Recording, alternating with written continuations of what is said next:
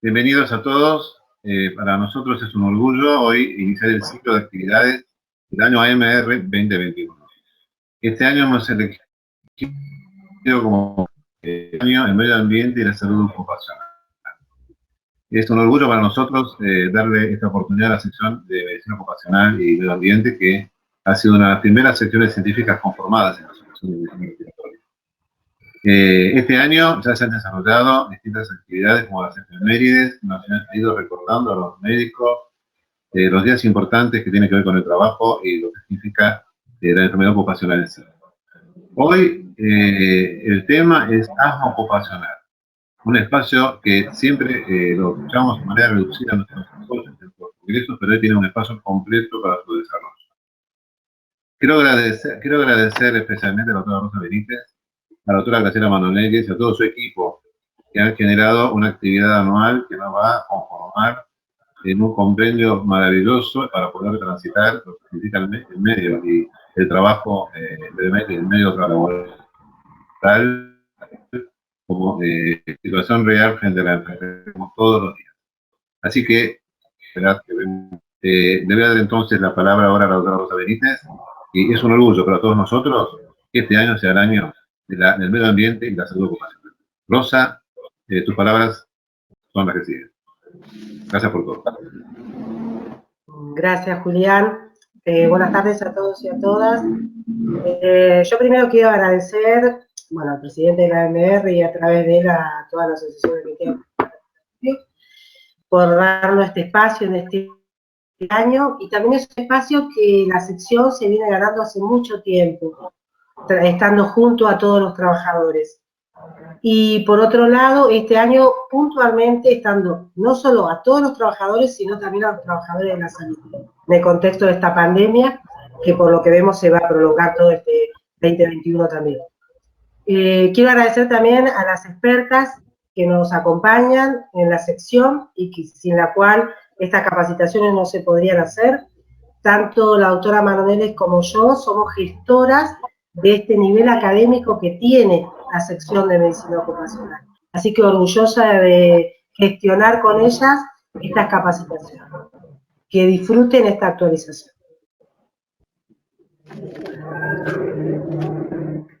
Muy bien.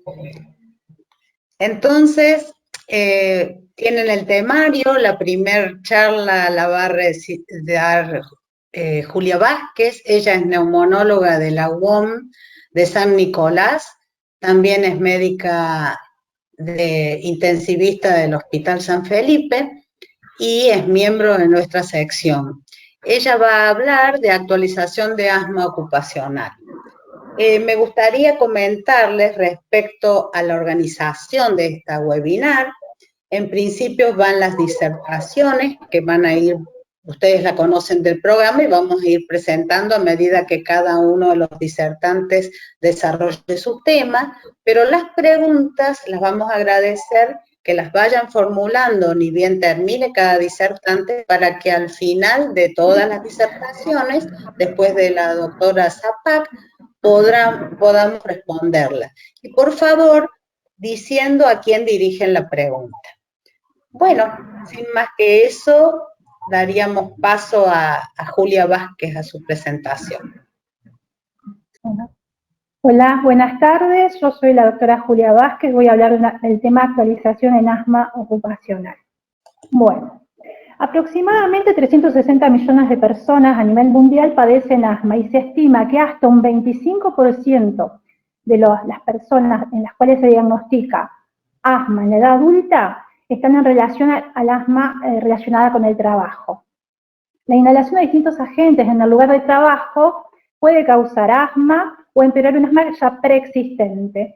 En el primer caso estaríamos hablando de asma ocupacional y en el segundo de un asma agravado por el trabajo. Ambas entidades comprenden el asma relacionada con el trabajo. Ahora me voy a referir a asma ocupacional, que es el tema que voy a tratar. Asma ocupacional se define como una enfermedad que está caracterizada por obstrucción reversible al flujo aéreo o hiperreactividad a nivel de las vías respiratorias, que está causada por un agente específico que está en el lugar de trabajo y que no se encuentra fuera de él. Respecto de la clasificación del asma relacionada con el trabajo, como mencioné recién, distinguimos el asma agravado y el asma ocupacional. El asma ocupacional se diferencian dos fenotipos: asma inducido por sensibilizantes y asma inducido por irritantes. Dentro del primer grupo pueden estar en relación agentes de alto peso molecular, es decir, mayor a 10 kilodaltons, o bajo peso molecular menor a este valor. Y dentro del asma inducido por irritantes, el más conocido es la presentación aguda conocida como RATS, que es un síndrome de disfunción reactiva de las vías aéreas. Bueno, hay múltiples factores, agentes que pueden inducir asma ocupacional. Dentro de los grupos del asma ocupacional inducido por agentes de bajo peso molecular, podemos distinguir los fármacos, dentro de ellos los antibióticos como penicilina, ampicilina, cefalosporina y otros, donde los trabajadores que más expuestos estarían son los de la industria farmacéutica. Otros grupos pertenecen a los isocianatos, que están en relación a la industria del plástico, barnices, esmaltes, dentro de las maderas, cedro, roble, caoba, siendo afectados trabajadores, con el trabajo de carpintería, ebanistería, después con distintos metales, y otros, cabe mencionar, destacar los persulfatos, que están en relación a asma ocupacional en los peluqueros. Y también podemos mencionar el formaldehído en caso de trabajadores relacionados con la salud. Y dentro de los compuestos de alto peso molecular distinguimos sustancias, tanto de origen vegetal, entre ellos el polvo de cereales, donde están expuestos los granjeros y los trabajadores portuarios, entre otros, harina de trigo en el caso de los panaderos, después café, té, también otros alimentos como el ajo, y dentro de las gomas vegetales destacar el efecto que puede producir el látex, sobre todo a nivel de la industria y a nivel de los trabajadores sanitarios. También hongos como la alternaria, el aspergillus, que puede afectar a los trabajadores de panadería, granjas, o sea, son múltiples. Se reconocen hasta hoy día más de 400 agentes que pueden provocar asma ocupacional, y dentro de todos los que mencioné, por ahí los más destacados son el polvo de madera, el polvo de cereales, hongos, la caspa, la orina de los animales, y químicos como mencioné el persulfato y los isocianatos, como más importantes. Bueno, ahora voy a hablar del asma ocupacional inducido por sensibilizantes. En la presentación típica, el paciente presenta síntomas de asma que empeoran durante el trabajo y mejoran los fines de semana o en los periodos de vacaciones. Tiene un periodo de latencia variable que puede ir de semanas a años y está causada sobre todo por agentes de alto peso molecular a través de mecanismos de hipersensibilidad tipo 1 que son mediados por inmunoglobulina E. Es la forma más común, que abarca hasta el 90% de los casos de asma ocupacional. Una vez que la persona se ha sensibilizado frente a estas sustancias, se forman los complejos alergeno-inmunoglobulina E específica y se unen los receptores de inmunoglobulina E que están presentes en mastocitos y basófilos y se liberan mediadores inflamatorios a nivel de las vías aéreas. Entonces, respecto del asma inducido por irritantes, la prevalencia del 5 al 10%, se describen tres fenotipos. Forma aguda, el conocido RATS, que tiene un inicio rápido, después un nivel de exposición muy alto a sustancias irritantes, la forma subaguda, que son exposiciones repetidas, pero a niveles ya moderados a altos de alguna sustancia irritante, y la forma crónica también se corresponde a exposiciones repetidas, pero ya a niveles más bajos o moderados de alguna sustancia irritante. Dentro del RATS, esta respuesta fue descrita por primera vez en el año 85 por Brooks y colaboradores en pacientes que habían manifestado síntomas de asma, una exposición a altas concentraciones, ya sea de vapores, gases o humos, en forma inmediata, o sea, a los pocos minutos u horas de esta exposición. Ya en el 2001, cuando se produjo el ataque de las Torres Gemelas, se difundió mucho este síndrome de disfunción reactiva de las vías aéreas por la cantidad de casos que se dieron. Hubo muchas personas expuestas a una mezcla de polvo alcalino y productos de combustión, y los rescatistas, o sea, los bomberos y demás, fueron las personas que fueron bastante afectadas. Bueno, en general, por la presentación clínica, por la magnitud de la sintomatología, estas personas requieren hospitalización o al menos una atención médica. Y se ha visto que inclusive la hiperreactividad bronquial puede persistir hasta 12 años. Y dentro de los trabajadores expuestos, por supuesto, encontramos a los bomberos, soldadores, personal hospitalario, pintores y operarios de plantas eléctricas, entre otros. En el año 1985, Brooks describió los criterios que se consideraron para tener el diagnóstico de este síndrome de disfunción reactiva de las vías aéreas. Debían cumplirse todos los criterios: ausencia de enfermedad respiratoria previa conocida, el inicio de los síntomas debía producirse inmediatamente tras la exposición a un agente irritante.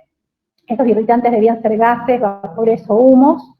El inicio de los síntomas debía darse en las primeras 24 horas luego de la exposición y una duración de al menos 3 meses, expresados con síntomas tales como tos, disnea y sibilancias, con una espirometría obstructiva y una prueba de metacolina positiva y descartando otras patologías que puedan cursar con la misma sintomatología. El punto 1 y el punto 4 actualmente están en revisión. Respecto al fenotipo subagudo de asma ocupacional inducida por irritantes, tiene un inicio menos agudo, puede darse en el contexto de múltiples exposiciones a niveles más moderados a altos de compuestos irritantes tales como el cloro, como el dióxido de azufre o el ozono. Hubo un grupo de trabajadores que estuvieron expuestos al cloro líquido que luego del descarrilamiento de un tren, y se describió que un 5% de estas personas desarrollaron asma 10 meses después del accidente. También se describieron casos en trabajadores de plantas de celulosas que habían tenido múltiples episodios de lo que se conoce como gaseado. Estos serían ejemplos del asma ocupacional inducida por irritantes de presentación subaguda. Y respecto de la forma crónica, es una exposición más prolongada, ya más a dosis bajas de un agente irritante, una población de trabajadores que está con un riesgo mayor de presentar este fenotipo son los trabajadores de limpieza, y se puede sospechar cuando hay un trabajador que se expuso a un irritante que no ha presentado ninguna sobreexposición documentada, que inicie con síntomas compatibles con asma, independientemente del tiempo transcurrido desde esa exposición. Si se consideran criterios diagnósticos, un cuadro de asma que se inicia ya en edad adulta, o una reactivación de un asma que estaba inactiva, asociada a una exposición crónica de irritantes, y en ausencia de otro sensibilizador en el entorno de trabajo. Bueno, y como pruebas diagnósticas para asma ocupacional, lo principal, iniciamos con una historia clínica ocupacional que puede suplementarse con pruebas diagnósticas que pueden ser específicas o inespecíficas. Dentro de las no específicas encontramos las pruebas de función pulmonar, medición del pico flujo seriado, espirometría con prueba broncodilatadora, las pruebas de hiperreactividad bronquial inespecíficas, como pueden ser el test de histamina o metacolina, medición del óxido nítrico exhalado o recuento de eosinófilos en esputo. Y dentro de los métodos específicos, los test cutáneos, las inmunoglobulinas específicas o las pruebas de hiperreactividad bronquial de tipo específica. Bueno, de historia clínica tiene una alta sensibilidad pero una baja especificidad, debe ser detallada, debe ser exhaustiva. Es característico en estos pacientes que los cuadros de disnea, tos y sibilancia mejoren cuando fuera del trabajo, en el periodo de fines de semana o en los periodos de vacaciones, y empeoren durante el trabajo. Hay que interrogar no solamente sobre síntomas bronquiales, también considerar manifestaciones oculares, nasales o cutáneas, y también indagar acerca de factores de riesgo como son el tabaco y la atopía. Bueno, también hay que hacer hincapié a interrogar acerca de los diferentes puestos de trabajo y las tareas previas, y el diagnóstico lamentablemente se suele realizar entre 2 a 4 años después de que comenzaron los síntomas. Bueno, a modo introductorio voy a hablar un poquito de los métodos diagnósticos porque luego el doctor López Jové va a profundizar al respecto. Bueno, dentro de los estudios de función pulmonar, la espirometría permite establecer el diagnóstico de asma, o sea, la presencia de una obstrucción bronquial, y permite hacer un diagnóstico diferencial con enfermedad pulmonar obstructiva crónica. Y como sabemos, el asma se identifica por la presencia de obstrucción reversible, es decir, un aumento del volumen expiratorio forzado en el primer segundo mayor al 12%, asociado a un aumento de 200 mililitros o más, posterior a la administración de un beta-2 de acción corta. Si el paciente presenta una espirometría normal y una prueba broncodilatadora negativa, tendría indicación de realizar un test de hiperreactividad bronquial inespecífico. Respecto de la prueba de broncoprovocación inespecífica, se puede hacer con distintas sustancias, las más conocidas son metacolina e histamina, y cuando se expresa una caída del 20% del volumen expiratorio forzado en el primer segundo, suelen ser las más fiables. Tienen baja especificidad, entre el 36 al 40%, y una alta sensibilidad que va entre el 87 y 95%. Si se obtiene un test de metacolina negativo en un paciente que en ese momento está trabajando y que está expuesto al posible agente causal, permitiría descartar el asma ocupacional. Respecto de las pruebas inmunológicas, nos van a permitir demostrar sensibilización a agentes del entorno de trabajo. Se pueden utilizar tanto técnicas in vivo como in vitro. Dentro de las técnicas in vivo están las pruebas cutáneas, los test, o in vitro se determinan los anticuerpos específicos. Pero tenemos que tener en cuenta que estas pruebas van a demostrar sensibilización, que no es sinónimo de enfermedad, ni mucho menos de causalidad. Las pruebas cutáneas no son válidas para sustancias de bajo peso molecular, porque no están mediadas por inmunoglobulina E. Respecto de la medición seriada del pico flujo, nos permite determinar variabilidad de los flujos respiratorios en relación a la exposición laboral. Lo recomendado es tomar al menos 4 medidas diarias durante 2 periodos de al menos 15 días, con y sin exposición laboral, realizando 3 maniobras por cada medición. Se anotan los resultados y el médico los traslada a una forma gráfica. Y bueno, el registro típico del asma ocupacional es ver la mejoría durante los fines de semana y el empeoramiento durante los días de trabajo. Respecto a las pruebas de broncoprovocación específicas, la prueba de referencia para diagnosticar asma ocupacional se expone al trabajador al agente causal sospechoso en un ámbito controlado. Se considera una respuesta positiva cuando hay un descenso del volumen expiratorio forzado mayor al 20% respecto del valor basal. Y esta prueba está restringida a escasos centros. Y también lo que tenemos que tener en cuenta es que muchos de estos procedimientos hay mucha aerolización, y bueno, como estamos cursando una pandemia, yo estoy hablando por ahí de los métodos diagnósticos que se podrían utilizar, pero bueno, hoy en día, teniendo en cuenta que estamos en pandemia, están bastante restringidos. Y respecto de los marcadores de inflamación, podemos contar con el esputo inducido con solución hipertónica, buscando eosinófilos. Se suele combinar esta prueba con las pruebas de hiperreactividad bronquial específica o cuando el paciente está trabajando con mucha sintomatología. También se puede medir el óxido nítrico exhalado, también es un marcador invasivo de inflamación a nivel de las vías respiratorias. Esto es una prueba de fácil realización, se realiza sentado, el paciente sopla y hay un analizador que cuantifica la concentración de este gas. Las personas sin asma suelen tener niveles de óxido nítrico de entre 10 y 20 partes por millón, y las que tienen asma entre 25 y 80.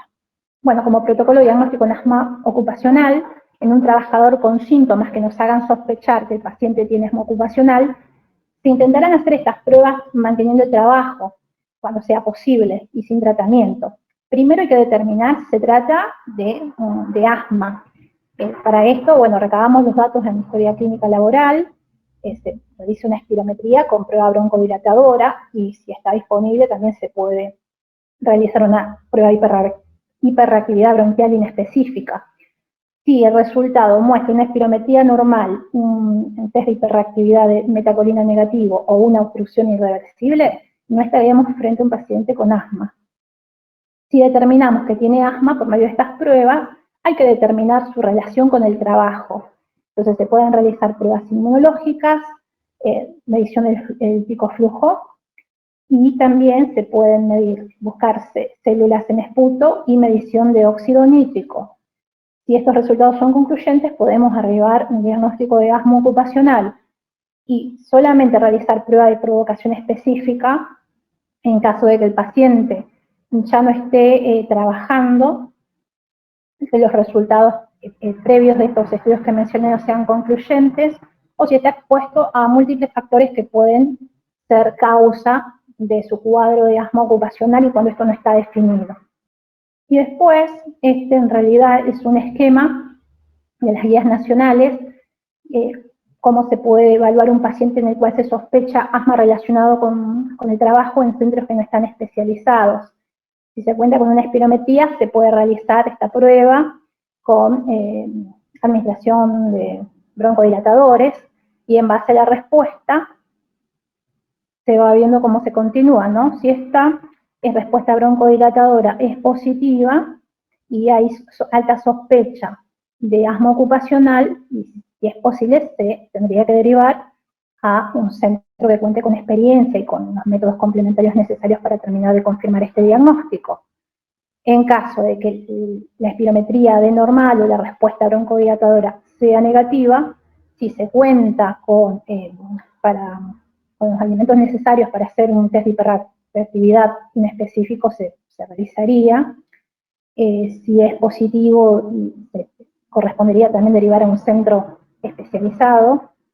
Si es negativo, se puede hacer una medición del pico flujo aspiratorio seriado, que si no da diagnóstico, también podemos optar, bueno, y si nos seguimos planteando la posibilidad de un asma relacionado con el trabajo, se puede hacer una búsqueda de células a nivel del esputo inducido, y en caso de ser positivo y siga la sospecha alta del asma ocupacional, derivar a un centro con experiencia y que cuente con toda la tecnología necesaria para confirmar el diagnóstico.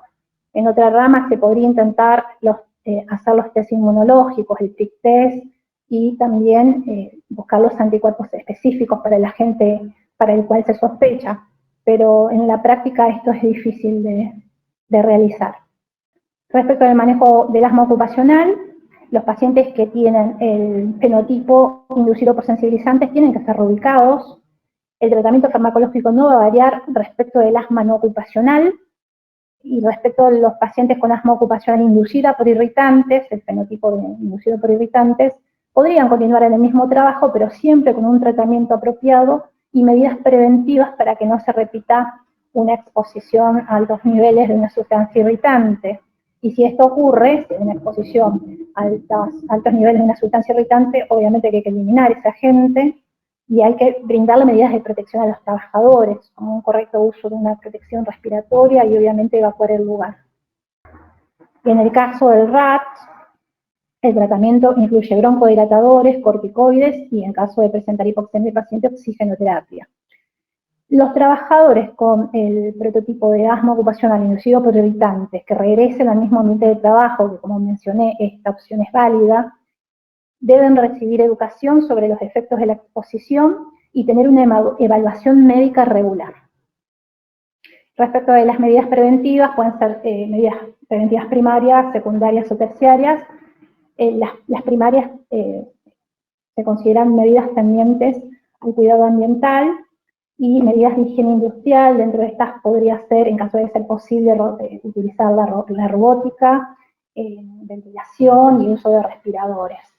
Dentro de las medidas secundarias, una vez detectado el asma, se deben hacer controles mediante cuestionarios, mediante controles clínicos y controles funcionales periódicos. Y una vez ya está establecida la enfermedad, hay que brindar el tratamiento apropiado y hay que asesorar al paciente en caso de requerirlo en el proceso de la indemnización. Como conclusiones, el asma ocupacional es la enfermedad en realidad pulmonar más prevalente, que tiene un impacto socioeconómico significativo. Se reconocen dos fenotipos, como mencioné, el asma inducido por sensibilizadores y el asma inducido por irritantes. Es importante tener un diagnóstico preciso e identificar los agentes causantes y tomar las medidas para evitar la exposición a los mismos.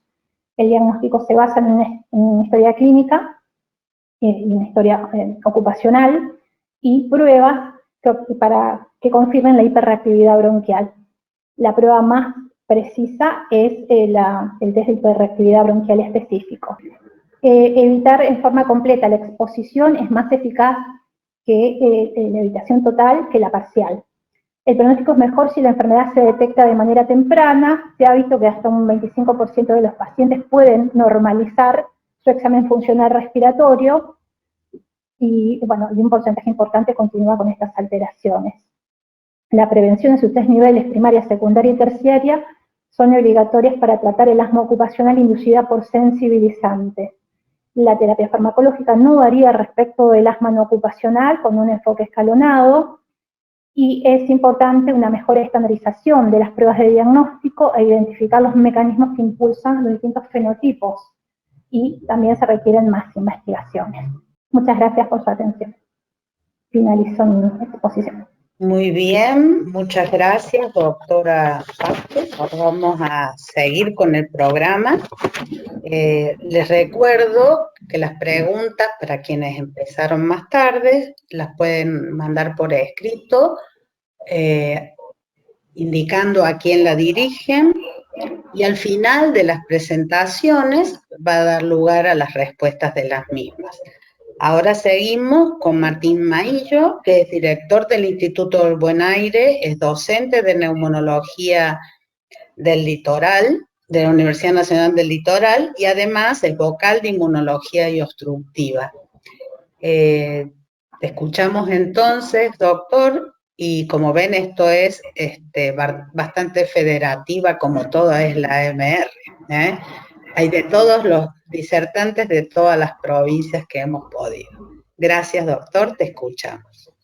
Ante todo, muchísimas gracias por la invitación. Estoy en representación de la sección de obstructiva y enfermedades inmunológicas de la AMR. La verdad es un orgullo para nosotros poder participar y poder tocar en conjunto este tema que nos atraviesa a todos, porque realmente todos los que vemos pacientes con asma, ya sea desde el punto de vista laboral como desde el punto de vista asistencial clásico, siempre se nos presentan casos de discusión de acuerdo a la exposición laboral, y en muchos de ellos inclusive tenemos que tomar posiciones, emitir certificados o hasta reconocer incapacidades, y muchas veces nos basamos en conocimientos que justamente estos webinars ayudan a solidificar y justamente a basarnos para después dar opiniones racionales.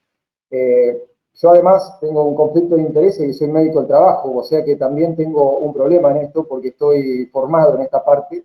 Por lo tanto, vamos a ver qué sale de esta charla. Les pido disculpas que tengo un problema con las botoneras. Si nosotros habláramos de anemia, y este es un gráfico que creo que nos representa muy bien, los cuadros clínicos que hablan de distintos problemas de anemia en la práctica general se ejemplificarían de esta manera, de una forma muy clara, donde una patología y otra, o un cuadro clínico y otro, están diagramados y definidos de manera muy clara. Eso no pasa en asma, donde nosotros cada vez que hablamos de asma tenemos que considerar distintos aspectos en consideración a ese paciente, fundamentalmente en asma grave, pero esto se ve en todos los grados de severidad de asma. Por lo tanto, cada vez que nosotros vamos a hablar de un paciente o vamos a estudiar un paciente con asma bronquial, deberemos considerar las características fenotípicas de ese paciente, las características de exposición, ya sea hogareña, laboral, el efecto de los irritantes tóxicos como el humo de cigarrillo y, por supuesto, la exposición laboral, que es uno de los puntos más importantes dentro del estudio del asma bronquial, como de otras enfermedades respiratorias también. Y para explicarlo, tengo un caso clínico muy breve, que esto es de una persona que es una persona muy allegada porque trabaja conmigo, que es enfermera, ella es intensivista, actualmente está formando parte del Hospital Cuyen en el servicio de neumonología de la ciudad de Santa Fe, porque justamente tiene una enfermedad laboral que se hizo el diagnóstico hace unos años atrás. Es una chica que a los 32 años había comenzado, a los 30, con un problema realmente recurrente, con crisis severas, muchas de las cuales se trató estando de guardia, como es habitual, con inyectables, con dexametasona, con nebulizaciones en el lugar de su propio lugar de trabajo, hasta que después esas crisis la empezaron a acompañar fuera del lugar de trabajo, y la verdad es que esta chica no tenía antecedentes previos, era un asma del adulto, como llamamos nosotros, o de inicio tardío, y la verdad es que empezamos a estudiar la posibilidad de si esa chica podía tener alguna enfermedad relacionada o con una de las causas de su asma relacionadas con el ambiente laboral. Y si bien no tenía atopia a nada, no era alérgica a nada comprobado, descubrimos a partir de las pruebas cutáneas que era alérgica al látex, o sea, con una prueba muy simple. Pero también acá hicimos, y como dijo la doctora Vázquez, una relación entre el asma bronquial que esta chica padecía y sus desmejorías en el lugar de trabajo, lo cual fue confirmado por la realización de un picoflujo en el domicilio con esos 15 días que había mencionado ella, donde veíamos que tomando el momento de trabajo desmejoraba y aumentaba la variabilidad del picoflujo, y luego cuando volvía a su casa o los fines de semana, esa paciente estaba mucho más compensada a nivel de su vía aérea. Y a partir de eso, ya sabiendo que esta chica podía ser alérgica al látex, entonces, o a alguno de los componentes que se usan en terapia intensiva, apuntamos al más prevalente. Hicimos una prueba cutánea que dio positiva, luego hicimos un radar test, que es una prueba muy simple, que es durante 5 minutos pasar el guante sobre una zona de piel y luego se mide entre 5 y 15 minutos después si se genera reacción en la zona de la piel, con lo cual encontramos la sensibilización. Quiere decir que teníamos comprobado el lugar de trabajo, ahí estaba el problema, comprobamos que era alérgica al látex, pero nos faltaba una parte, que era determinar si esa chica tenía no solamente sensibilización al látex y un problema en el trabajo, sino que si era el látex el que provocaba ese problema. Por eso hicimos una prueba muy simple que es, digamos, y está normatizada, que es la exposición a guantes, el manejo de guantes, que en términos generales, si bien hay un protocolo que es bastante, está ya descrito hace muchos años atrás, nosotros lo hicimos a diferencia de hacerlo en una cámara de provocación, donde nos asegurábamos que no haya ninguna partícula, buscamos en la clínica o el lugar menos transitado, menos polucionado y menos, digamos, complicado con irritantes, e hicimos una exposición de manejo de guante, que eso es sacudir el guante, durante también se hacen unos 5 minutos, y luego se mide la función pulmonar previamente y posteriormente a eso, la que demostramos a esta chica, que caía a un 25% de la versus 1, ya a los 15 minutos posteriores a la exposición. Con lo cual además demostramos que esta chica tenía problemas no solamente de sensibilización, sino aquí de asma al látex. Esa espirometría es muy reciente, el doctor López Llove me la va a criticar porque no llega a los 6 segundos, y aunque ustedes no lo crean,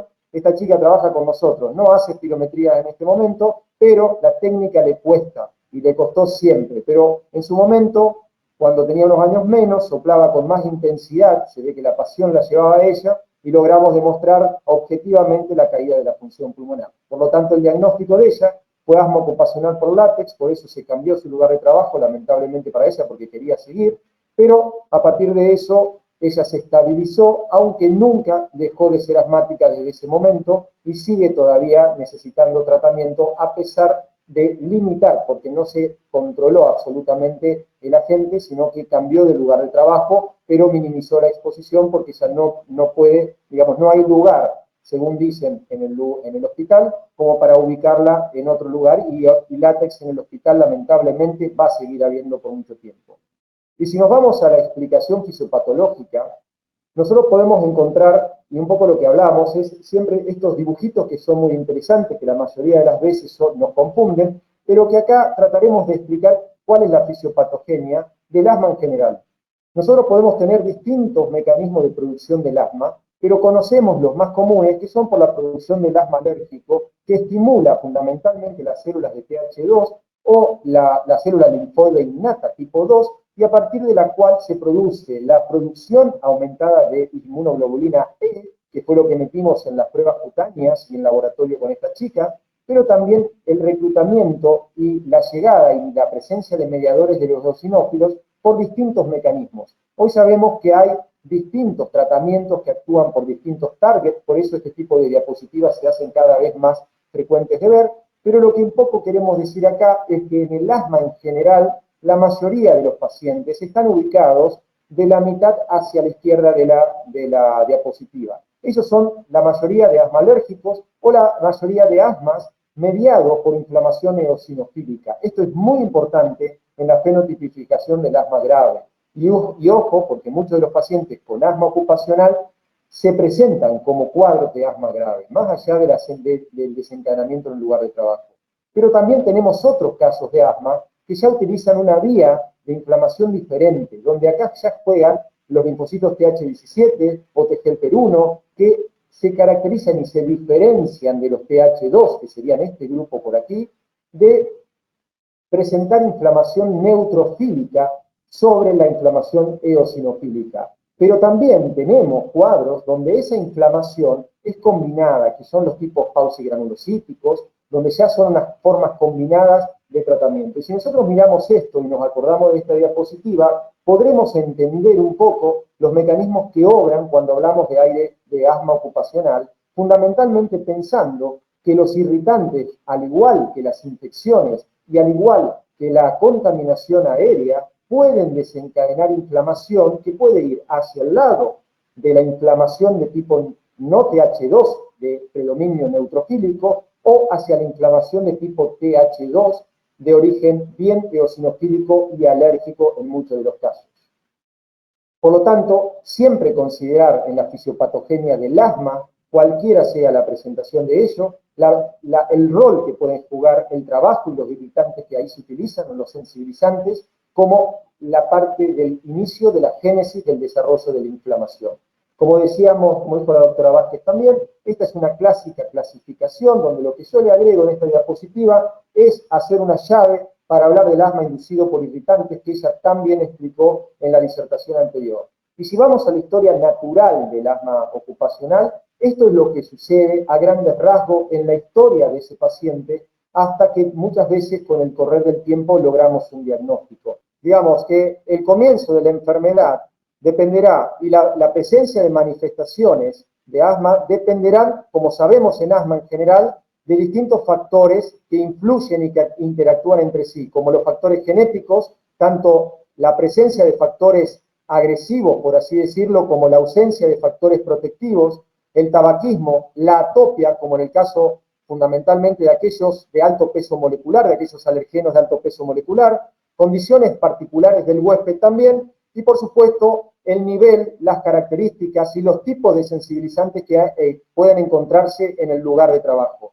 Todo ello influye para la producción de la enfermedad en un paciente que no se da en pacientes expuestos a la misma intensidad y con las mismas características en el mismo puesto de trabajo. Por lo tanto, hay que evaluar diversos factores que pueden influir en el desarrollo de la enfermedad y luego la aparición de los síntomas y posteriormente el diagnóstico.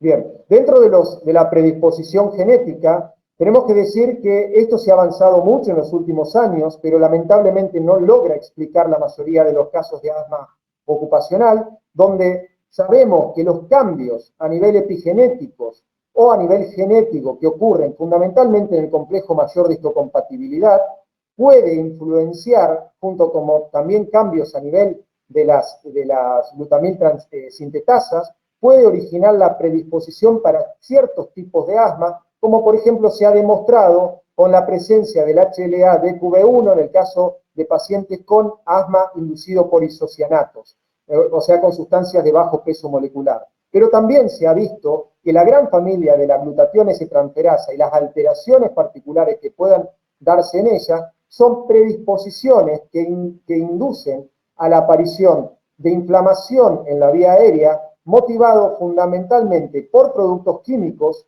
de bajo peso molecular, pero con ciertos productos de alto peso molecular también.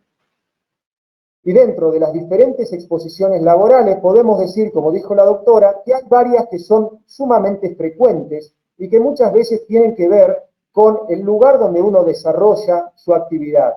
Por ejemplo, la manufactura de plástico y tintorería en mi zona no es lo más frecuente, sino que lo más frecuente es la aplicación de la utilización de isocianatos, por ejemplo, para la fábrica de colchones o para los revestimientos externos de los domicilios, donde la mayoría de las veces tenemos la producción de casos de asma justamente por la no utilización de los elementos de protección personal o por la utilización indiscriminada en muchas fábricas de este tipo de productos. Pero la industria panaderil, como un ejemplo de exposición a sustancias de alto peso molecular, ya que ahí encontramos no solamente la presencia de las harinas, sino también la presencia de enzimas que se utilizan en grandes proporciones y las formaciones micóticas que contaminan el ambiente laboral, son las que tenemos que pensar en este tipo de pacientes. O sea, la génesis, o mejor dicho, la agente causal en este tipo de casos, como por ejemplo en el caso del asma en panaderos, es algo tan amplio que nos obliga a pensar en las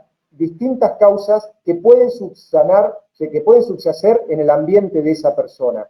Y luego, por supuesto, tenemos ya los más clásicos, como pueden llegar a ser las fundiciones o la utilización de soldaduras en la industria eléctrica y en la industria de caños y demás, y otras más comunes, como por ejemplo la exposición rural. Y la odontología, que es un caso muy común de sensibilización a metacrilatos. Dentro de los sensibilizantes, como dijimos hoy, los de bajo peso molecular, los de alto peso molecular habitualmente se tratan de antígenos completos. Quiere decir que son estructuras que por sí solas pueden inducir la producción de una respuesta inmune, la mayoría de las veces mediada por inmunoglobulina E. Y habitualmente estos son fáciles de detectar cuando sabemos el origen, cuando tenemos el antígeno y cuando tenemos los medios para detectarlo. No en todos los casos se logra esto justamente por más que sepamos cuál es la causa, porque muchas veces los antígenos no están adecuadamente estandarizados para poder hacer la demostración de esto. Y esto pasa, por ejemplo, con soja en los pacientes con asma ocupacional por polvillo de soja, donde la soja, obtener el material para demostrar la sensibilización de calidad, es un problema muy grande, que no se logra conseguir muchas veces en Argentina.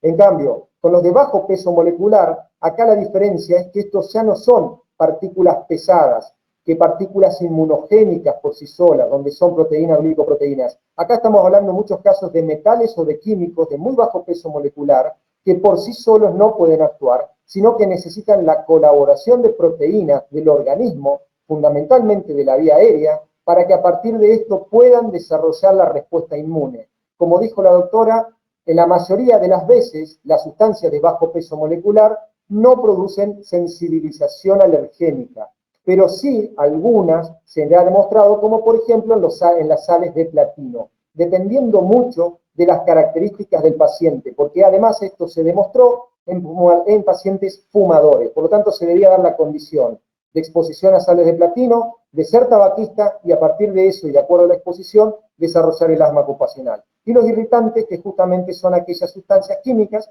que producen agresión a la vía aérea. Y yéndonos específicamente a lo que es la sensibilización en el ambiente laboral, como veíamos la explicación de hace un momento, la diapositiva de las distintas vías de estimulación inmunogénica, acá estamos hablando más o menos lo mismo. El rol que juega la célula dendrítica y los macrófagos, pero fundamentalmente la célula dendrítica en la presentación del alergeno, es fundamental para el desarrollo de la cascada inflamatoria que termina desarrollando la inflamación y posterior manifestación química. Y como dijimos en los de bajo peso molecular, el mecanismo de producción es diferente, como veremos en un segundo. Dentro de los causales, ya hablamos de las causas más comunes de asma ocupacional, ya sea en alto como en bajo peso molecular, donde decíamos que los acrilatos, metacrilatos, es algo sumamente interesante porque es una de las causas más comunes de asma ocupacional en odontólogos.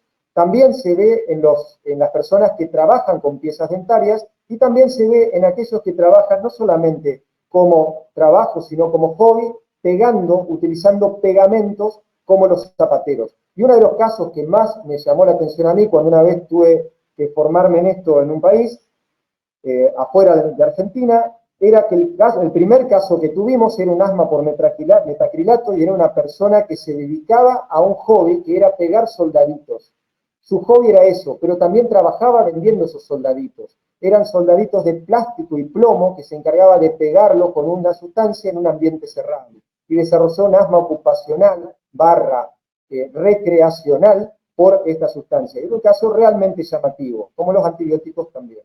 Y como vemos en esta gráfica que lo que pasa con disocianato, con cualquiera de las tres orígenes, podemos ver que la conjugación de la sustancia química con las proteínas o con parte de las células de la vía aérea es muy variable.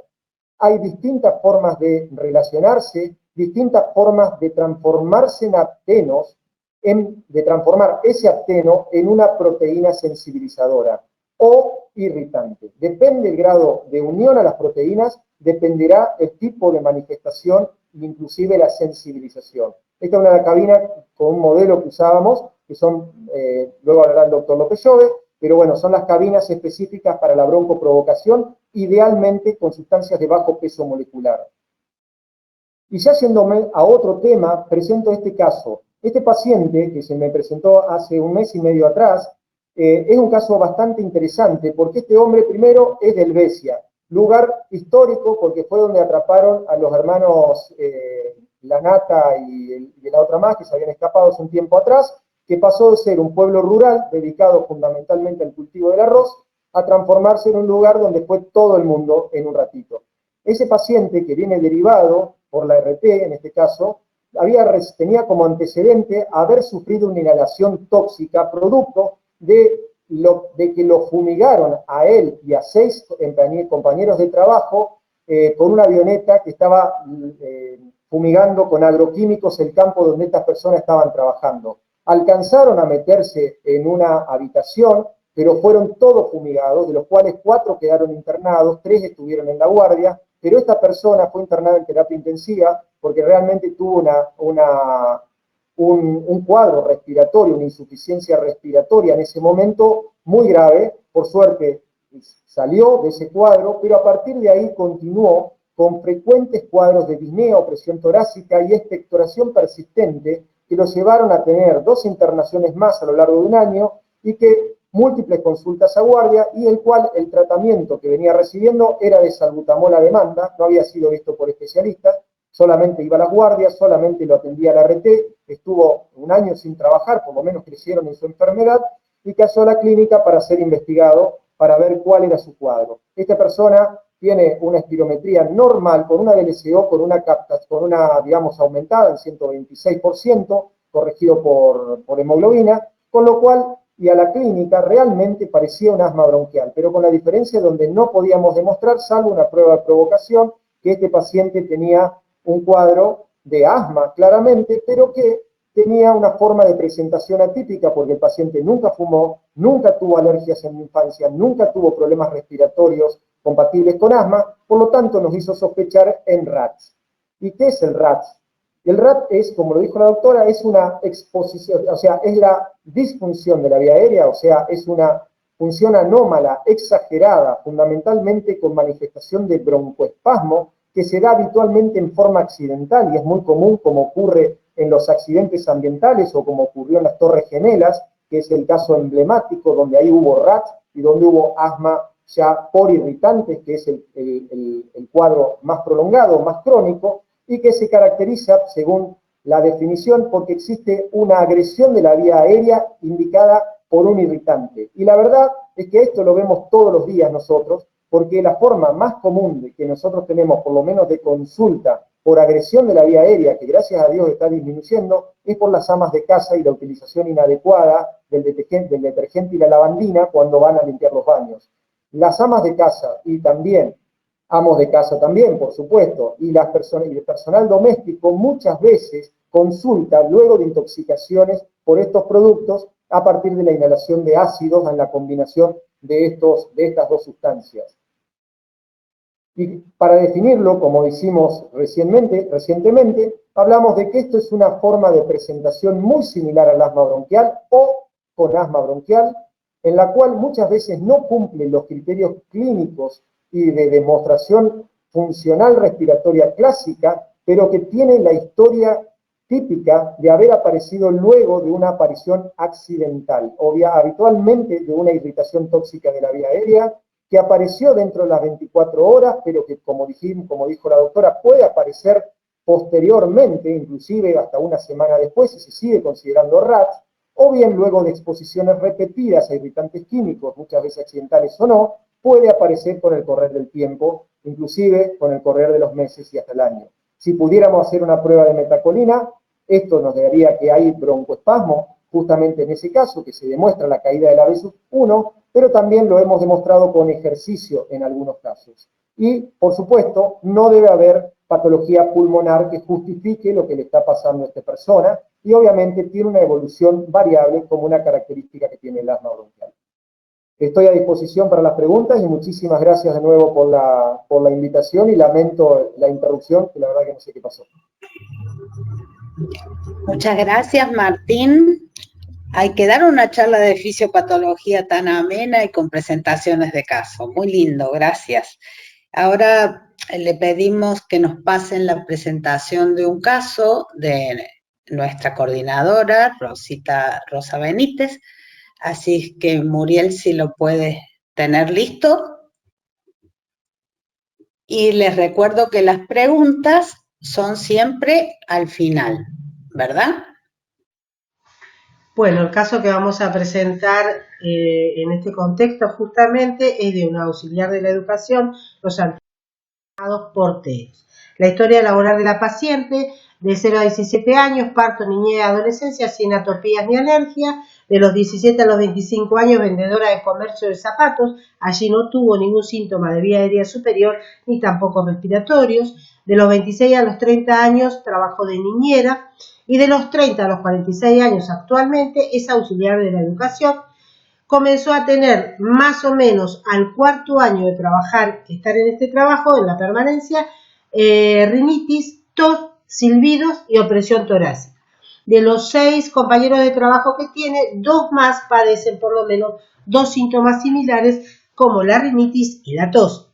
Tuvo calefacción a la leña durante los primeros 20 años de vida, salamandra y hogar, no tiene hobbies, no tiene pájaros en el hogar, la zona es una vivienda urbana ciudadana, no tiene antecedentes familiares de atopía. Sí, como vive en la ciudad de Esquel, como compete a toda la comarca, en 2 oportunidades tuvimos el inconveniente de la erupción del volcán y las cenizas en el medio ambiente, con lo cual estos síntomas que ella ya venía teniendo se reagudizaron. En los últimos 5 años, hace 4 años tuvo su primera internación con requerimiento de oxígeno, corticoides intravenosos y beta-2 de acción rápida. Eso fue luego un viernes de terminar un trabajo en especial, que era la limpieza en particular de todo el parque, el piso que tienen en el parque. Y la segunda fue hace 1 año, la internación, que solo requirió corticoides intravenoso y beta-2 de acción prolongada. Nunca fumó. Con respecto a las tareas que realiza habitualmente, la tarea es limpiar los pisos, los baños, la cocina, servir la merienda y los desayunos. Sus horas por día son 8 horas por día. El ámbito de trabajo es la escuela a la que pertenece, que es una escuela primaria, es turno completo. Y el tema de la aireación, la ropa, la protección y los elementos de trabajo, aquí vemos una fotografía que ella misma trajo, donde está su ropa con los elementos de higiene. En este mismo cuarto también almuerzan y meriendan. Con respecto a la formación que tiene sobre los productos que utiliza, esa formación es nula.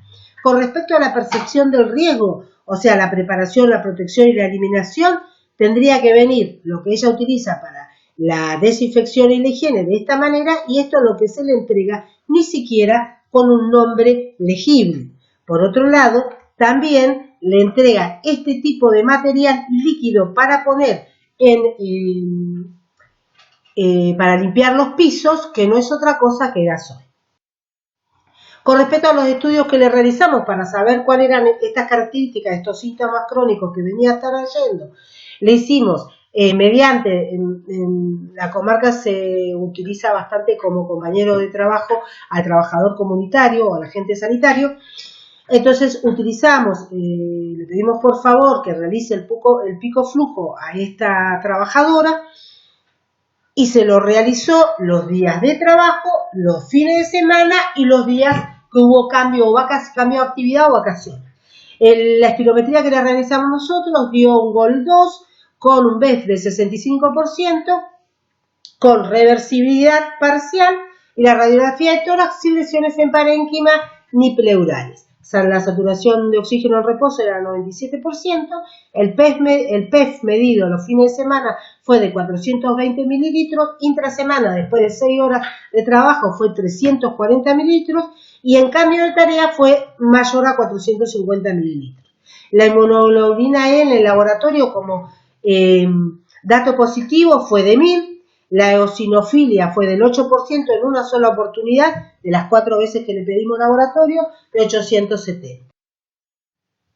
Con respecto a lo que le pedimos nosotros, que ella nos traiga que había usado en estos múltiples años, aquí encontramos algunos de los elementos llamados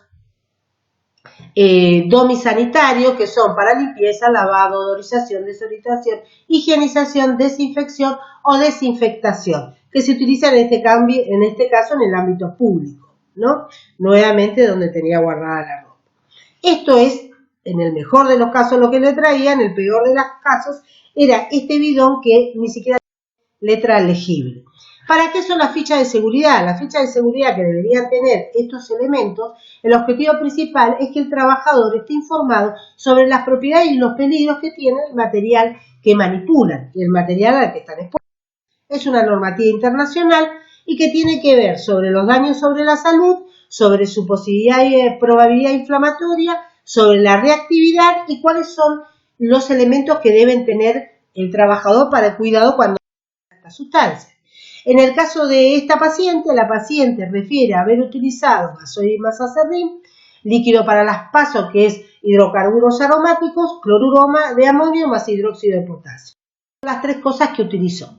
Con el hidróxido de potasio es que el amoníaco es que la señora fue en la primer circunstancia enviada con requerimiento de oxígeno, corticoide inhalado y beta-2 de acción prolongada. Cuando vamos a la ficha técnica de lo que estaba utilizando, miren el daño sobre la salud, miren es corrosivo, la inflamabilidad 0 y vamos a ver que acá dice que tiene el nombre químico, el nombre genérico, de 1 a 5% soda cáustica en solución, es uno de los elementos, uno lo busca en este sitio bastante famoso para buscar los efectos adversos, las enfermedades que puede producir irritación, keratoconjuntivitis, dermatosis, úlceras en piel, ojos y aparato respiratorio. Puede dañar severamente uno.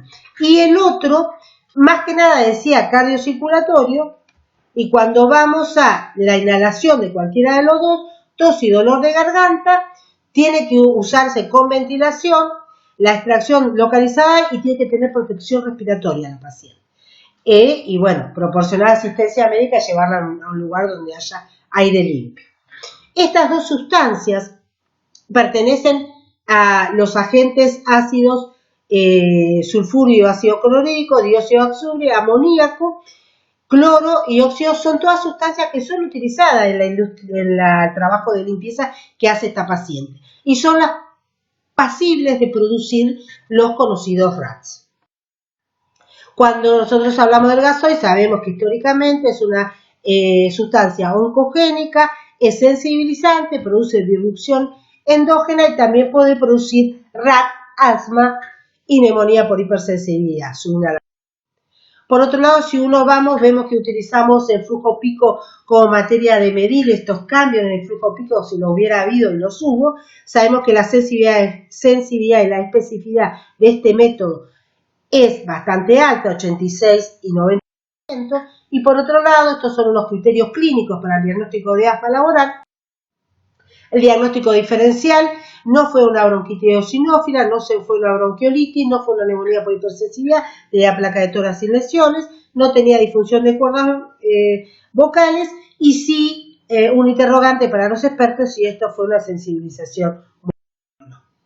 Nosotros detectamos que hubo un problema, debemos sustituir estas sustancias que le hacían mal a la paciente.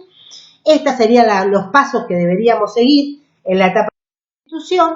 Y si uno no sabe algo, sabe que lo puede buscar en internet. Entonces, una persona pregunta, ¿en una escuela limpian los pisos con acerrín y gasoil o con queroseno? ¿Provoca daños en la salud? ¿Es tóxico? La mejor respuesta fue, hola Betty, quédate tranquila, de que para nada es tóxico y es muy común en lugares así por lo económico. De lo que no tiene mucho poder es antibacteriano, pero le da a los pisos un brillo Genial. Besos. Preguntas para los expertos. El cambio de función transitoria mejoró su calidad de vida, pero disminuyó su salario en un 25%. Hicimos diagnóstico de por lo menos en una institución estatal de riesgos que asumen los trabajadores y trabajadoras. ¿Cuál sería nuestra conducta? Cambio de función, retirar el riesgo, valorar sustitución. Muchas gracias. Gracias, Rosa. Muy lindo caso y rescato dos cosas interesantes que dijo. La búsqueda del agente de riesgo laboral, la búsqueda de qué productos estaba expuesto esta trabajadora. No solo tenemos Ristox, también tenemos NIOSH y también tenemos en la página de la Superintendencia de Riesgo de Trabajo el listado de productos que seguramente va a hablar al final la doctora Zapac. Y asimismo hay un escrito donde realizado por dos de nuestras queridas compañeras Vanina Martín y Lilian Capone sobre asma ocupacional en la página de la Superintendencia de Riesgo de Trabajo. Bueno, ahora seguimos con las herramientas en el laboratorio pulmonar para el diagnóstico de asma ocupacional, que será disertado por el doctor López Llobet, quien es jefe del laboratorio pulmonar del Hospital Cetrángolo y también miembro del comité académico de la carrera de especialista en neumonología de la UBA. Así es que lo escuchamos al doctor López Llobet. Bueno, muchas gracias. Buenas tardes a todos. Gracias por la invitación a los organizadores. Bueno, voy a participar en esta mesa como integrante de la sección Fisiopatología y Laboratorio Pulmonar de la AMR. Bueno, en esta charla vamos a revisar las herramientas disponibles en el Laboratorio Pulmonar para el diagnóstico de asma ocupacional. No tengo conflictos de interés relacionados con este tema. Y dos palabras que nos llevan a desarrollar este tema. El asma es una enfermedad prevalente en todo el mundo y en América Latina. Y de los pacientes asmáticos adultos, el 17% en promedio se estima que es asma ocupacional. Si revisamos mínimamente los costos que esto significa, de acuerdo a la Sociedad Europea, equivale a una incidencia de asma ocupacional de hasta 300 casos por millón. Son costos altos, pero la carga económica recae sobre el Estado y el individuo y casi nunca sobre el empleador, lo cual hace que no haya incentivo para prevención y tampoco haya incentivo para el desarrollo de recursos diagnósticos, que es lo que vamos a desarrollar. El primer aporte que hace el laboratorio pulmonar en el diagnóstico de asma ocupacional es diagnosticar justamente asma, separarlo de los diversos diagnósticos diferenciales que tiene, como EPOC, bronquitis crónica, bronquiectasias, reflujo gastroesofágico, de goteo postnasal, etc. Y me gusta este algoritmo de la Sociedad Española porque hace hincapié justamente en el laboratorio pulmonar para el diagnóstico de asma. Y partimos con una espirometría con prueba broncodilatadora, que si ya nos da un patrón obstructivo reversible, que normaliza, nos da diagnóstico de asma, y los que están en margen de referencia con respuesta broncodilatadora también nos diagnostican asma. Otras herramientas como el pico flujo domiciliario, con una variabilidad mayor al 20%, es diagnóstica de asma, el óxido nítrico con menos evidencia y la prueba de broncoconstricción, la prueba de broncoprovocación, que nos ayudan básicamente cuando las otras pruebas son normales. Y entonces, ese es el primer aporte que hace el laboratorio pulmonar en base a la espirometría, el pico flujo y las pruebas de broncoprovocación. Dos palabras, que una espirometría dentro de parámetros de referencia y hacer hincapié en el límite inferior de normalidad, no excluye la presencia de la enfermedad pulmonar. Siempre se recomienda suspender previamente los broncodilatadores y medicación antiinflamatoria y realizar siempre prueba broncodilatadora. hago hincapié en el límite inferior de normalidad, porque en el caso de pacientes obstructivos que tienen más de 40 años, aplicar un límite fijo del 70% nos lleva muchas veces a sobreestimar la EPOC, cuando en realidad si el paciente, utilizamos el límite inferior de normalidad, el paciente vuelve a su límite normal, y entonces estaríamos hablando de asma bronquial. Hay diversos algoritmos, algunos han sido ya desarrollados por quienes me precedieron, pero se basan para el diagnóstico de asma ocupacional en el diagnóstico básicamente de asma, exclusión de asma no ocupacional o que no tiene asma basado en las pruebas previas. Vamos a saltear las pruebas de broncoprovocación específicas por la escasez de la disponibilidad. Y bueno, como decíamos, cuando la broncoprovocación relacionada con el trabajo o el pico flujo seriado nos da una asociación de ese asma bronquial con la exposición laboral, estamos hablando de asma ocupacional.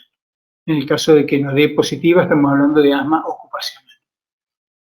Y bueno, acá para esta disertación estamos hablando, no vamos a hacer diferenciación de asma por irritantes o por sensibilizantes, sino que todo lo que está relacionado con el trabajo lo vamos a hablar como asma ocupacional. Desarrollamos ahora las ventajas y limitaciones de las diferentes pruebas diagnósticas que tenemos en el laboratorio pulmonar. De los que hablamos, de los test de provocación inespecífica, la metacolina es la que más se ha utilizado en el país. Las ventajas son el bajo costo relacionado con otras pruebas, que sirve para confirmar el diagnóstico de asma, y tiene un alto valor predictivo negativo. Cuando es una prueba negativa en sujetos expuestos, hace que el diagnóstico sea muy improbable. Las limitaciones es que muchas veces no está disponible, últimamente cuesta conseguir los reactivos, puede ser reemplazado por el manitol, que tiene, quizá pueda ser más accesible. Sobre las inmunoglobulinas específicas, bueno, ya ha sido desarrollado por quienes me precedieron, no me voy a detener en esto. Sigamos con los eosinófilos en esputo, dos palabras de eso porque también fue desarrollado, que la ventaja que tiene que es imposible de falsificar y que, bueno, la desventaja es que hay más del 25% que no logran tener muestras adecuadas y que no confirma ni excluye el diagnóstico de asma ocupacional. En cuanto al óxido nítrico exhalado, que es un test no invasivo, que no depende del esfuerzo, como vamos a ver después, y que es fácil de realizar, pero tiene resultados inconsistentes. Los test de broncoprovocación específica no tenemos disponibilidad, pero todavía se considera el método de referencia, y decimos de referencia y no de patrón oro, no es el método patrón, porque como vamos a ver, puede ser negativo. Pero la limitación es que consume mucho tiempo, está disponible muy limitado el número de centros en los países centrales, que puede haber estos falsos negativos, se pueden deber a que hay exposiciones laborales complejas.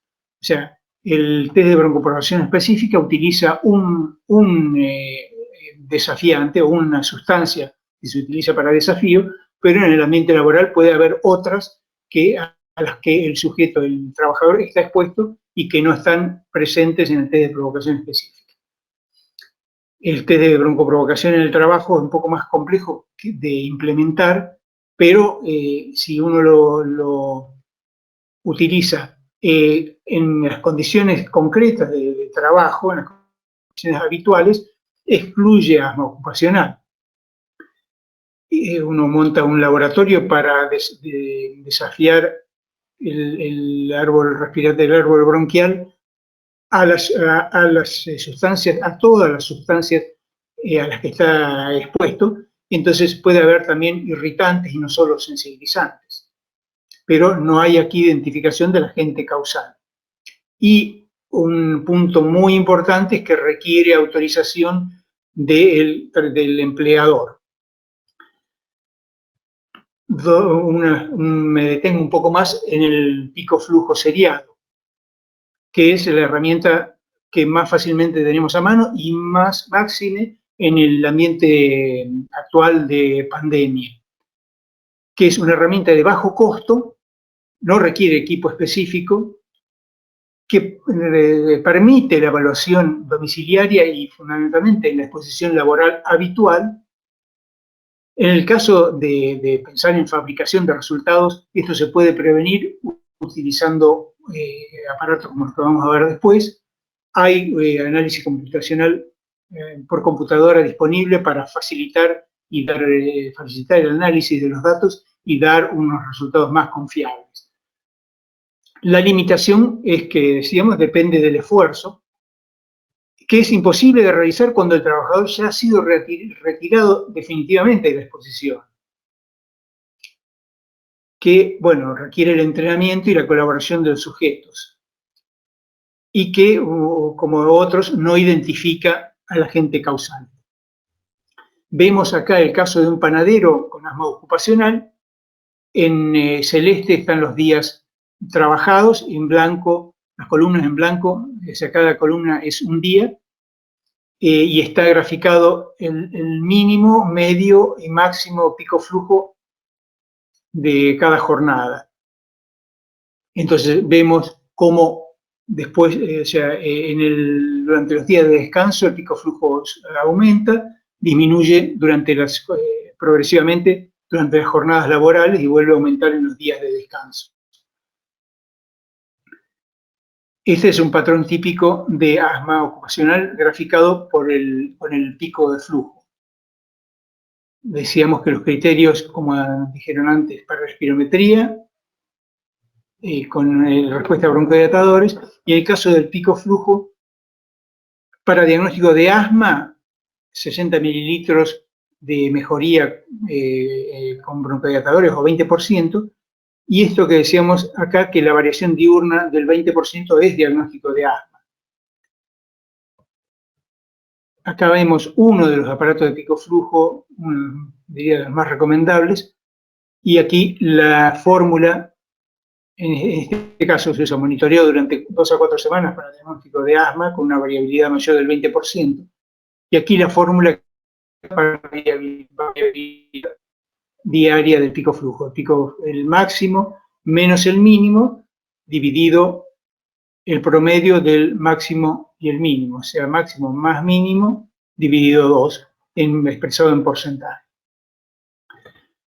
Acá vemos diversos tipos de dispositivos de medición de pico flujo. Estos son mecánicos. Acá vemos uno en el cual el sujeto, la gradilla no está expuesta al chorro, por lo cual es más durable, y en estos en los cuales la gradilla sí está expuesta al chorro del paciente y la impactación de secreciones que empeoran la durabilidad del aparato. Este, como les decía antes, es un aparato de pico flujo electrónico que se conecta a través de la computadora con este lector y que evita la falsificación de datos, o sea, hace mucho más confiables los datos. En el caso de asma ocupacional ya no es como en el diagnóstico de asma, que podemos contentarnos con 2 o 3 registros por día. En esta página, donde nos proveen también un software para análisis, nos recomiendan que instruyamos al sujeto para que haga un registro, o sea, por lo menos 2 mediciones, mejor de 2 o 3 mediciones, cada 2 horas. En el caso de los criterios mínimos de análisis, son de 4 lecturas al día, con más de 3 días laborables consecutivos. Esto para el caso de análisis por computadora. El análisis visual hace de 4 lecturas durante al menos 2 semanas en el trabajo y 2 semanas fuera del trabajo. Los registros, decimos registro visual, pero una recomendación es que el paciente, el sujeto, registre el número que obtiene y no la representación gráfica que va a ser después desarrollada por quien lo analiza. Bueno, como conclusiones, decimos que el primer paso en el diagnóstico de asma ocupacional es establecer el diagnóstico de asma. Las pruebas de función pulmonar son la mejor herramienta para el diagnóstico y seguimiento del asma. Se debe utilizar un aparato confiable, un respirómetro calibrado, un medidor de pico flujo expiratorio, guiarse por el límite inferior de normalidad. En nuestro medio, la medición seriada de pico flujo es el método de mayor utilidad para el diagnóstico de asma ocupacional, y es necesario disponer con mayor facilidad de otros métodos complementarios, como las pruebas de broncoprovocación inespecíficas para un manejo más adecuado del asma ocupacional. Bueno, después esperaremos las preguntas. Muchas gracias. Muchas gracias, doctor López Llobet.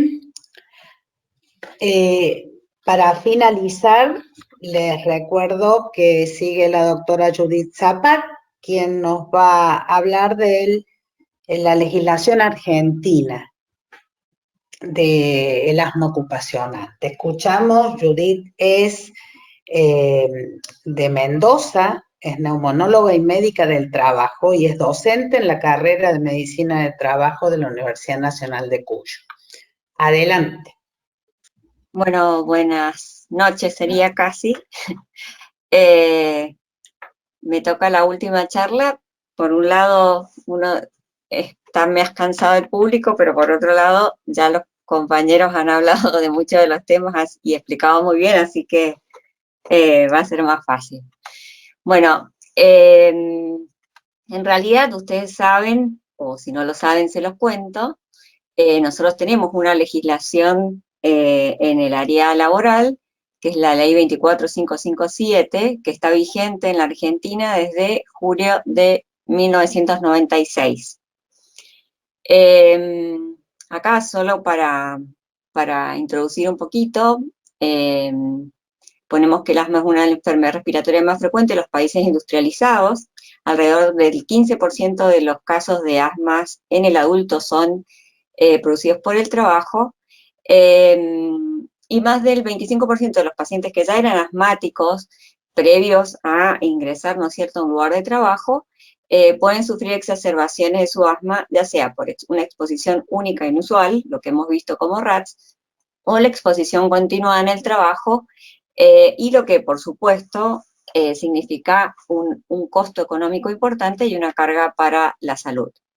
Bueno, esto es lo que explicaron los colegas respecto a la exposición laboral y los mecanismos y la presentación de la enfermedad.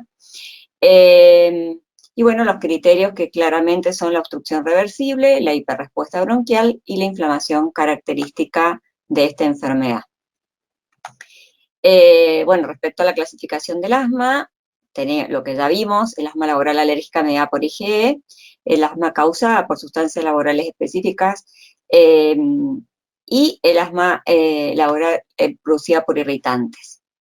Bueno, como les comenté la ley de riesgo de trabajo contempla dos contingencias. Una es los accidentes de trabajo, que bueno, por supuesto, como es un accidente, es un hecho súbito y violento de efecto agudo, en el lugar de trabajo, y también incluye dentro de este contexto a los accidentes in itinere, que es el traslado entre el lugar de trabajo y la casa o viceversa.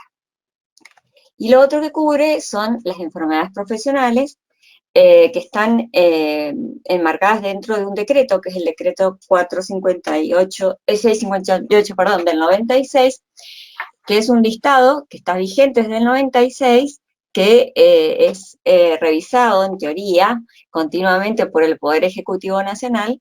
Nosotros tenemos una última modificación, que es el decreto 49 del 14, donde se incluyeron patologías que no estaban, como las varices, la hernia inguinal y la hernia de disco L5-S1, como enfermedades profesionales, aparte de las que ya estaban incluidas. Este decreto se caracteriza por dividir los agentes productores de enfermedades profesionales como agentes físicos, químicos o biológicos, y contempla el agente, la enfermedad que causa y cuáles serían los puestos de trabajo donde se puede producir esta exposición y, por supuesto, la enfermedad. Recuerden que todas las enfermedades profesionales se caracterizan por, en general, una exposición crónica y repetida a un agente de riesgo específico, que en el caso del asma genera una sensibilización y posteriormente hace que aparezca la enfermedad. En general, esta exposición tiene que ser a niveles altos, la exposición prolongada en el tiempo diario y en los años, que es lo que hace que pueda aparecer la enfermedad. Dentro del asma tenemos la contingencia, que es el síndrome de disfunción reactiva de la vía aérea, que también está contemplado dentro de la ley, que no cumple con uno de los criterios que en general tienen todas las enfermedades profesionales, según la ley, que es la latencia, digamos, que los síntomas aparecen después de mucho tiempo de exposición. En general, el síndrome de disfunción reactiva no tiene ese periodo de latencia, sí tiene la exposición a una concentración alta de un agente generalmente químico que genera este cuadro y que puede persistir de meses a años. Incluso está descrito que puede quedar después con el tiempo si la exposición ha sido a altas dosis repetida con cuadros cada vez que el paciente se expone. Siempre hay que también tener en cuenta que las enfermedades profesionales en general conllevan al cambio de puesto de trabajo y en el caso del asma, por ahí muchas veces, por ejemplo, si uno piensa que las harinas es uno de los agentes de riesgo, como ya hemos visto, son personas que a lo mejor tienen ese oficio y que no pueden exponerse nunca más cuando se sensibilizan a la harina, incluso en su hogar. Entonces, la verdad que lo que habló la doctora Vázquez en su comienzo respecto a la prevención primaria, básicamente, que es trabajar sobre minimizar la exposición a los agentes de riesgo, sobre la maquinaria, digamos, sobre quien produce el agente, y luego la protección con elementos de protección personal de los empleados, es a lo que uno debería tender. Y es en realidad el espíritu de esta ley que lamentablemente durante todos estos años se ha dedicado a la reparación y no a su objetivo principal, que era la prevención. Bueno, les muestro algunas fotos de cuáles serían algunos lugares de exposición, ya los han visto. Acá está el tema del látex, que es bastante más frecuente de lo que uno cree. Y bueno, como les dije, acá el decreto 658 del 96 de la Ley de Riesgo de Trabajo, que es el listado de enfermedades profesionales, dentro del asma, digamos, están los agentes de las sustancias sensibilizantes de las vías aéreas. Voy a repetir muchas cosas porque ya se han dicho. Los divide en medicamentos, y acá están macrólidos, productos químicos industriales, sulfitos, clorplatino, pentóxido de vanadio, que son catalizadores, ácido ftálico, trimetílico, tetracloroftálico, ímico, hexadroftálico, los cianoacrilatos, los productos de pirólisis del plástico, cloruro de vinilo, el teflón, sustancias de origen animal, las proteínas animales, incluida la cría de larvas, la preparación y manipulación de pieles, pelos, filtros naturales o plumas, sustancias de origen vegetal, la molienda, acondicionamiento y empleo de harinas de cereal, la preparación de masas industriales en la industria panadera, la preparación y manipulación de sustancias extraídas de vegetales, quinina, gena, ricino, polen, esporas. Bueno, es muy larga. Acá está también el tema de la harina de soja, el café verde, el tema de la madera, y las enfermedades que pueden generar esta exposición a estas sustancias sensibilizantes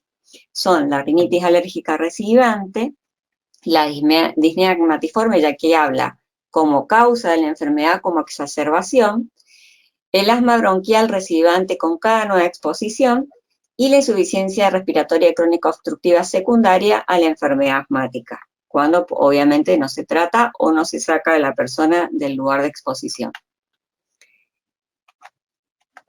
Bueno, esto es lo que hablábamos respecto a la prevención. En el asma laboral de causa de sustancias irritativas, por supuesto, es la reducir o evitar la exposición a la sustancia. Y en el asma alérgico, evitar la exposición a las sustancias, reducir la producción de esa sustancia, siempre trabajando primero sobre el lugar de trabajo, digamos, el sistema de aspiración, ventilación, extracción de polvos, y luego trabajar sobre la persona usando elementos de protección personal, en este caso respiratorios, y después la vigilancia de la salud, que esto está incluido dentro de la ley, los exámenes periódicos están incluidos dentro de la ley de riesgo de trabajo y deben hacerse en forma anual. Por supuesto, todo lo que tenga que ver con la prevención. Y acá me voy a detener en esto que me pareció y lo que habíamos hablado previamente cuando nosotros armamos, ¿no es cierto?, las charlas de la sección, que todos podamos conocer cómo uno puede acceder a digamos, denunciar una enfermedad profesional y a ingresar en el sistema de riesgos de trabajo, como persona individual y como médico, pudiendo asesorar a las personas donde nosotros detectamos que la patología que tiene, en este caso un asma, pueda ser de origen laboral.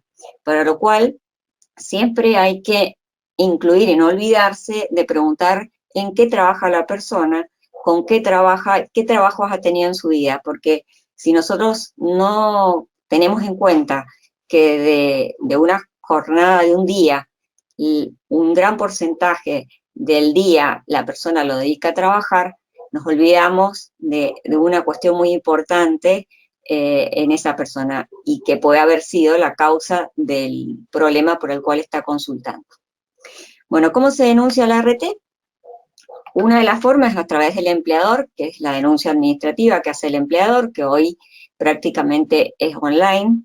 Ya lo era previo a la pandemia y con la pandemia obviamente todo esto se ha exacerbado. La persona se puede autodenunciar llamando al 0800 de la ART, mandando una carta documento o directamente haciendo una nota a la ART. Hoy es muy fácil, llamando al 0800 de la ART que tiene cobertura esa persona, se puede hacer la denuncia. También la denuncia puede surgir a partir de la ART cuando hace los exámenes periódicos y que detecta en un lugar donde, obviamente esos exámenes periódicos siempre están dirigidos al riesgo específico de la actividad. En alguna época era la ART la que evaluaba los puestos de trabajo y asignaba, según la actividad, qué riesgos específicos, según el decreto 658, tenían en cada puesto de trabajo las personas. Ya hace 10 años que cambió y es el empleador el que está obligado a presentar el RAR, que es el mapa de riesgo, donde denuncia cuáles son los puestos de trabajo y los riesgos a los que están expuestas las personas. A partir de ese mapa de riesgo, la ART tiene la obligación de hacer los exámenes periódicos dirigidos al riesgo específico, es decir, si hay ruido hacemos audiometría, si hay riesgo respiratorio hacemos radiografía de tórax, examen clínico y espirometría. Entonces puede ser que a partir de ese examen periódico surja que esa persona pueda tener una patología respiratoria y directamente ingresa al sistema de la ley de riesgo de trabajo. Cuando una vez que ingresa la denuncia a la ART está obligada a brindar prestaciones, va a solicitar a la empresa ese mapa de riesgo, puede realizar una evaluación del puesto de trabajo, esto es el CIMAT, que son condiciones y medio ambiente de trabajo, para ver cuáles son las condiciones y si realmente existe una exposición y a qué factor de riesgo sería al que está expuesto la persona. Y luego, digamos, de hacer toda la evaluación de la persona, de confirmar el diagnóstico, de evaluar el riesgo específico al que está expuesto, puede aceptar o rechazar la denuncia.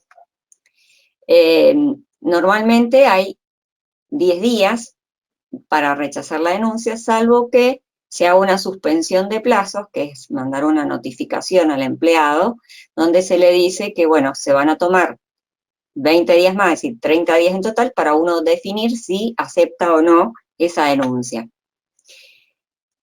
Cuando la ART, porque la enfermedad no existe, porque el empleador nunca denunció el riesgo, porque hizo la evaluación del puesto de trabajo y las condiciones del puesto de trabajo no tienen ese riesgo específico, puede rechazar la denuncia. Este rechazo siempre tiene que ser a través de una notificación fehaciente, generalmente es por carta documento, y el damnificado, el empleado en este caso, puede iniciar un trámite en la Superintendencia de Riesgo de Trabajo, que es el ente regulador de todas las ART. Hace aproximadamente 4 años que se inició para, digamos, disminuir un poco la litigiosidad que traía el tema de la ley de riesgo de trabajo, que era muy alto.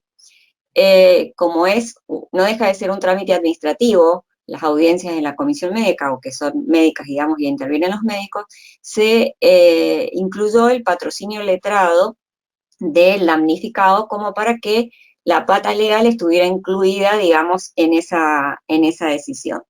Este patrocinio letrado lo puede definir el mismo empleado o puede pedir el asesoramiento o el patrocinio letrado de los abogados que están gratuitamente en la en la SRT.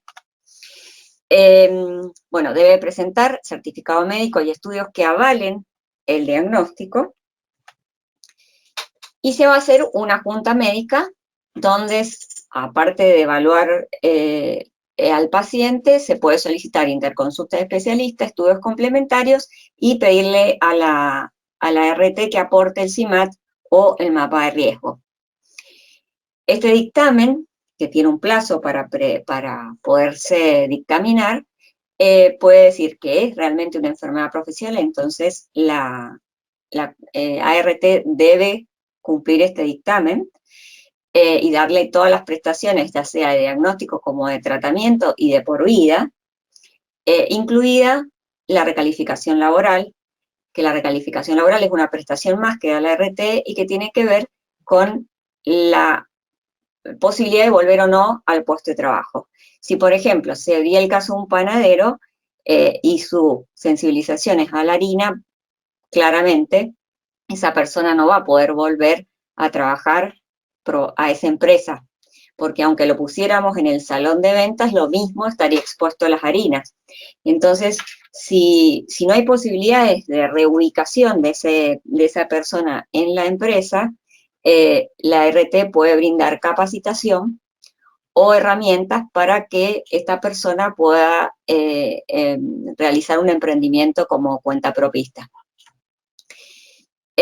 Ahora, si el dictamen es de que es una enfermedad inculpable, siempre el damnificado tiene la posibilidad de apelar ese dictamen a la Comisión Médica Central, que es la que se expide ratificando el dictamen de la Comisión Médica Jurisdiccional, que es la de cada, digamos, de las provincias. Acá nosotros teníamos una, ahora tenemos 4 comisiones médicas por zona, digamos, y la comisión médica es una sola, funciona en Buenos Aires, y es la que ve todos los casos del país y la que define cuando hay discrepancia, digamos, ya sea que lo apele la RT, que también puede hacerlo, o que lo apele el damnificado,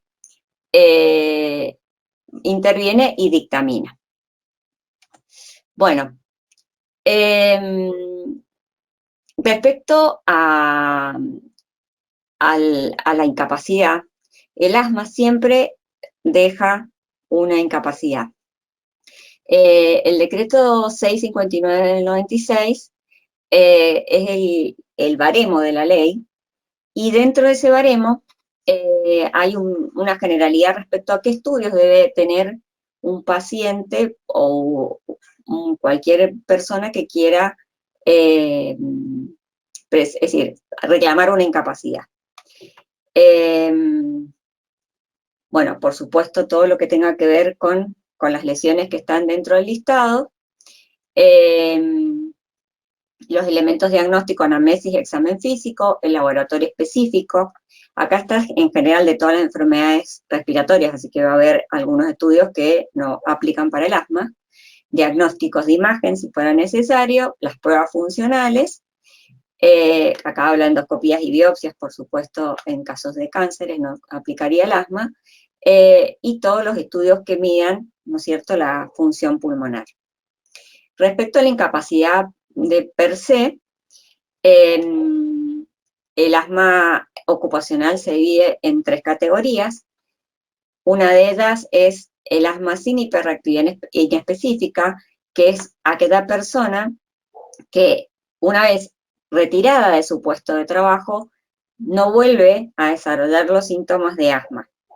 Para este caso en específico hay un rango de incapacidad que va entre el 0 y el 15%. Es decir, que si uno le da 0 está bien, y si le da 15 también.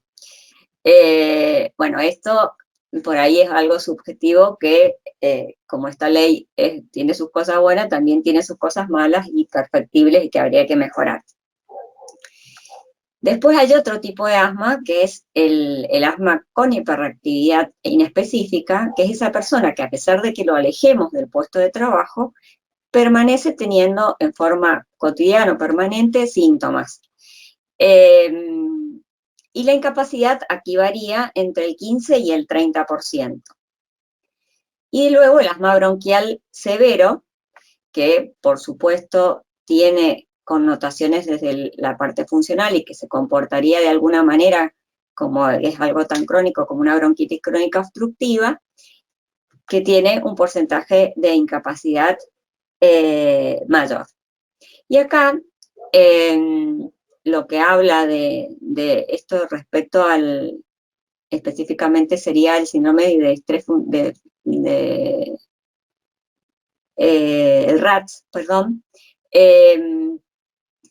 habla de que siempre uno tiene que tener como prueba, digamos, objetivable de esa presencia o no de hiperactividad, y también en el caso del asma en general, es importante la prueba de metacolina, y esta se considera positiva cuando la caída mínima es en el BEF1 del 20%.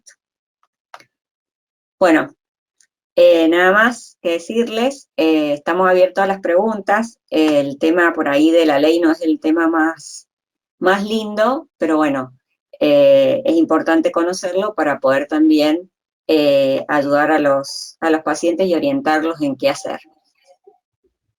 Gracias. Muchas gracias. Prendemos las cámaras todos a ver si podemos iniciar con las preguntas, que la primera la realiza nuestra encargada de la sección, Gaby Manonelles. Pregunta al doctor Mayo cuál es en su experiencia con el pronóstico del asma no TH2, cuando inducida o exacerbada del trabajo, cuando retiran al trabajador de su exposición. ¿Me escuchan bien? Sí, perfecto, doc. Esta vez estamos bien. Muchas gracias a la doctora Manonelles, que era mi compañerita de facultad, así que nos conocemos de hace mucho tiempo.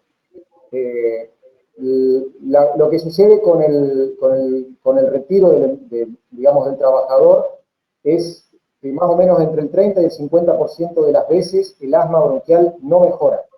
O sea, se mantiene con la misma severidad muchas veces, o bien persiste con un nivel de severidad menor. Pero sí lo que queda claro y lo que está demostrado es que al retirarlo disminuye la frecuencia de las exacerbaciones y por lo tanto mejora el control de la enfermedad con tratamiento.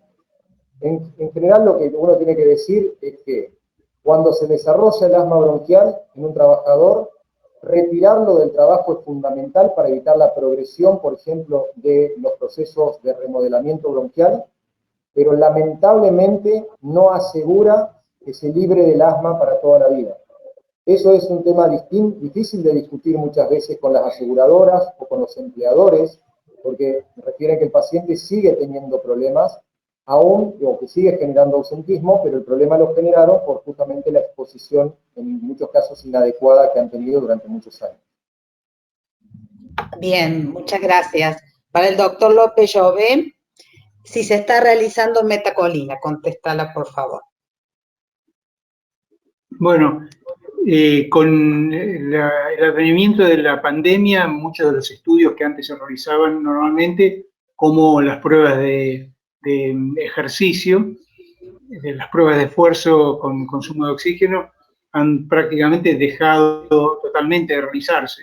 Y en los pocos lugares donde se hacía metacolina, el único lugar que yo conocí aquí en el Hospital Alemán, también ha dejado de realizarse, porque se han priorizado los estudios en los cuales hay un cambio de conducta drástico, o sea, que divide aguas y que son indispensables, como los preoperatorios de cáncer de pulmón, entre otros. O sea que los estudios que actualmente se están realizando fundamentalmente son espirometría y difusión de monóxido de carbono, que, bueno, en el caso del asma ocupacional, la espirometría y, decía, la medición del pico de flujo expiratorio ha devenido con los medidores de pico flujo personales, se ha convertido en una herramienta de máxima utilidad para el diagnóstico y seguimiento de los pacientes con asma, tanto laboral como no laboral, laboral como fuera del ambiente laboral. Bien, acá también quería preguntar del óxido nítrico, doctor López Llobet. ¿Qué experiencia tienen ustedes y si consideran que es una herramienta válida? Sí, yo un poco lo esbocé. Nosotros no estamos realizando en el hospital. No lo están realizando. No, pero para el diagnóstico del asma tiene un punto de corte que es de 40, más o menos 40, pero tiene otras fuentes de error, como el tabaquismo, el uso de antiinflamatorios, o sea, que recién en los últimos años recién se está dando en algunas guías valor diagnóstico para el asma. En el caso de asma ocupacional tiene todavía un poco menos de valor diagnóstico. Así es, muchas gracias. Antes de darle la palabra a Julián, que también tiene algo de cierre y de novedades, quería contestar a las preguntas que había dado el caso de Rosita. En primer lugar, me gustó, la otra cosa que no dije es la ironía con la que dijo de la consulta por internet, que eso nos pasa en todas las especialidades, ¿verdad? Pero bueno, también mencionó lo del cambio de tarea, a veces condiciona una distinta remuneración para el trabajador. Y la estoy contestando yo porque me pidió que lo hiciera. En realidad, eso por un lado, pero por otro lado hay que saber que si este trabajador, como dijo la doctora Judith, fue denunciado porque era un trabajador en regla, también es bueno aclarar que aquel que no tiene una RT puede hacer la denuncia legal por el fuero laboral, reclamando su derecho por haber adquirido la enfermedad. No lo exime al empleador por no tener ART o por no tenerlo inscripto a ese trabajador en la RT de resarcir al trabajador que ha enfermado. Por un lado. Por otro lado, la conducta a seguir. Bueno, la conducta a seguir es denunciar a la ART, más o menos lo que dijo Judith. Eso va a ser derivado a lo que ha hecho Martín en su consultorio o ha hecho el doctor López Llobet cuando el neumonólogo es consultor de la ART. Debe tener la claridad de decir a la ART que le está consultando que esto se trata de una enfermedad ocupacional, que eso se llama calificación médico-legal. Entonces, cuando uno califica esa enfermedad como profesional, la ART no puede hacerse a un lado de buscar la reubicación, de pagarle el tratamiento y de cubrirle todas las consultas. Yo nada más agradecerle a todos la participación, el apoyo incondicional que nos han prestado aún en pandemia y aún de algunas cosas personales que hemos tenido muchos de nosotros, y escucharlo ahora al doctor Julián en el cierre. Gracias a todos por su presencia. Bueno, una vez más, Raquel, muchas gracias a todos ustedes. Las disertaciones han sido excelentes. Cada uno de ustedes ha aportado conocimiento y esto es el inicio del año AMR. Como presidente de la asociación, hoy nosotros podemos decir que esta disertación va a estar en la mediateca y hemos tomado la decisión, dado la importancia de esta información, que el acceso sea libre. Esto significa que ustedes pueden difundir a otras sociedades vinculadas al trabajo, vinculadas a lo que significa las enfermedades obstructivas o otros grupos de trabajo, esta charla completa para que la puedan ver, dado que esta es la idea, tener un grupo de disertantes extraordinarios, calificados en lo que cada uno habla y dice, y que los demás médicos podamos acceder a esta información. Dado que está trascendente, como que muchas veces muchos asmáticos son tratados como asmáticos alérgicos o no alérgicos sin tener en cuenta el antecedente laboral. Y quizás la raíz de su problema está en el lugar donde trabaja. Esto es lo que sintetiza de alguna manera el espíritu de este webinar. Y les quiero agradecer a todos y cada uno, especialmente a Rosa, también a Gabriela Manonelli, que está desde afuera mandando preguntas y está participando de forma activa. Y esto que hacemos hoy, que esto sea de libre acceso, va a ser para todas las actividades del año AMR. O sea que todo lo que hagamos en el foco ocupacional, en neumocondinosis, en todo lo que significa las actividades de este año programadas, va a ser de libre acceso para que esto se pueda lograr difundir a la mayor cantidad de profesionales posible. Es la única manera que tenemos, y también quiero resaltar que este año AMR es totalmente apoyado y financiado por la asociación, en virtud de la necesidad de que esto se difunda y se conozca en todos los ámbitos de la medicina y de la salud ocupacional. Así que gracias a todos por estar. Hemos tenido una muy buena audiencia y tenemos la posibilidad, a su vez, de que esto esté presente. Así que si alguien quiere hacer alguna mención, bienvenida. Estas son mis palabras, solamente resaltar y difundir que esto va a estar de libre acceso a todos aquellos que lo quieran ver. ¿A través de dónde? De la página de nuestra mediateca, que está en la página amr.org.ar. Allí ingresamos a la mediateca y tenemos esta charla disponible a partir del momento que Muriel, a quien quiero agradecer como siempre, su dedicación, su trabajo y su perseverancia para que cada uno de nosotros saque de sí mismo lo mejor. Porque esto logra sacar de nosotros, cada uno, no. Y gracias por estar a cada uno de ustedes a esta hora de viernes, antes de un fin de semana, con tan exitosa y tan buena preparación y presentación de los casos. Así que bueno, muchas gracias a todos. Si alguien quiere decir algo más, por supuesto, está abierto el micrófono. Sí, solamente poder invitar a todos los colegas del país a enviar trabajos que tengan que ver con la medicina ocupacional o medioambiental para que nosotros podamos publicarlo, y los invito también a leer nuestro newsletter mensual que sale a través de la mediateca en la Asociación Argentina de Medicina Respiratoria, cuyo eslogan es Primero lo nuestro. Están invitados todos los colegas de todo el país a enviar trabajo para que podamos publicarlos ahí. Muchas gracias. Rosy, también a consultar el manejo médico laboral, que estamos dispuestos a hacerlo. Perfecto. Felicitaciones a todos. Gracias, chao.